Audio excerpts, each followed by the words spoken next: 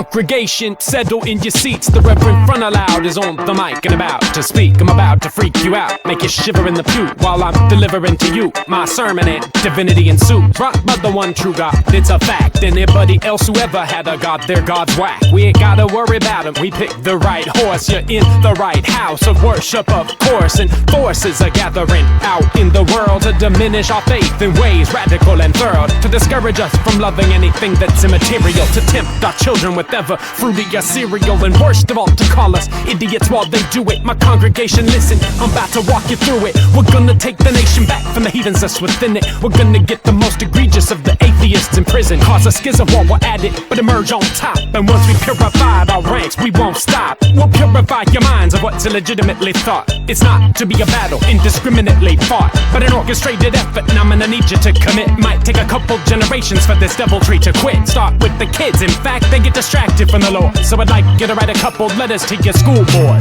Do you really believe we were nothing but the monkeys swinging up in the trees? Don't it seem a little likelier that Adam and Eve did a lot of humping and that was the origin of the species? Do you really believe we were nothing but the monkeys swinging up in the trees? Don't it seem a little likelier that Adam and Eve did a lot of humping and that was the origin of the species?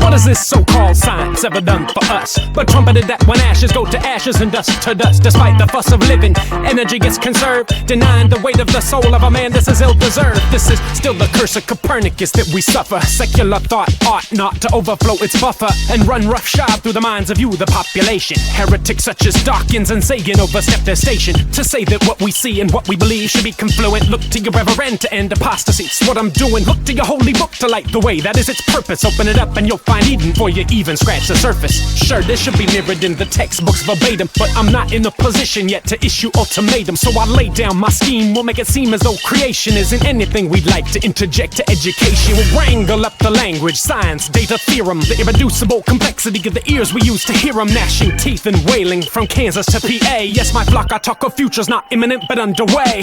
Already established an institute for discovery. Discovered that Darwin is dead with outlook grim for recovery. School moms will soon say that he burns in a fiery sea. Think how much like paradise that's gonna be. Do you really believe we were nothing but the monkeys swinging up in the trees? Don't it seem a little likelier that Adam and Eve did a lot of humping and that was the origin of the species?